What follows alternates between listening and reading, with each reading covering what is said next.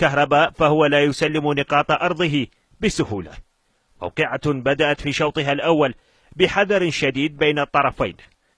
كتيبة عباس عطية الشبابية مارست الضغط على مرمى النجف، لكنهم وجدوا خبرة كبيرة من مدافعي الغزلان أمثال محمد عبد الزهرة وبسام قابل، فكانوا سدا منيعا لتيارات الكهرباء لتنتهي طموحات الفريقين في هذا الشوط من دون أهداف.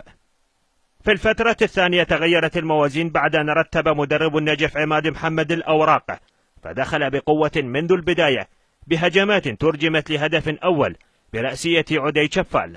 الكهرباء لم يخضع للأمر الواقع ورفض الاستسلام به، ففعل خطوطه الهجومية ليتحصل على ركلة جزاء سجلها كرار حميد بنجاح ليعود أصحاب الدار إلى الأجواء، لكن الأجواء تغيرت سريعا لصالح الضيوف بعد أن تقدموا بالهدف الثاني من ركلة جزاء عن طريق أمير صباح، هدف أنهى المباراة بانتصار ثمين للنجف خارج الديار.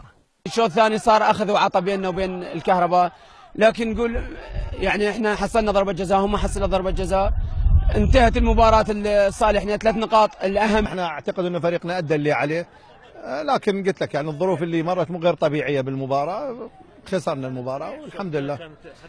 اي اقول لك الظروف المناخية اثرت بشكل كبير يعني على المباراة، بالاضافة لانه يعني القرارات اللي حدثت، يعني اعتقد حتى ضربة الجزاء الثانية كان ممكن انه هي ما تحدث يعني ولا تصير، لكن قرار الحكم هو الاخير. الحمد لله على كل شيء. أحمد ياسين، العراقية الرياضية.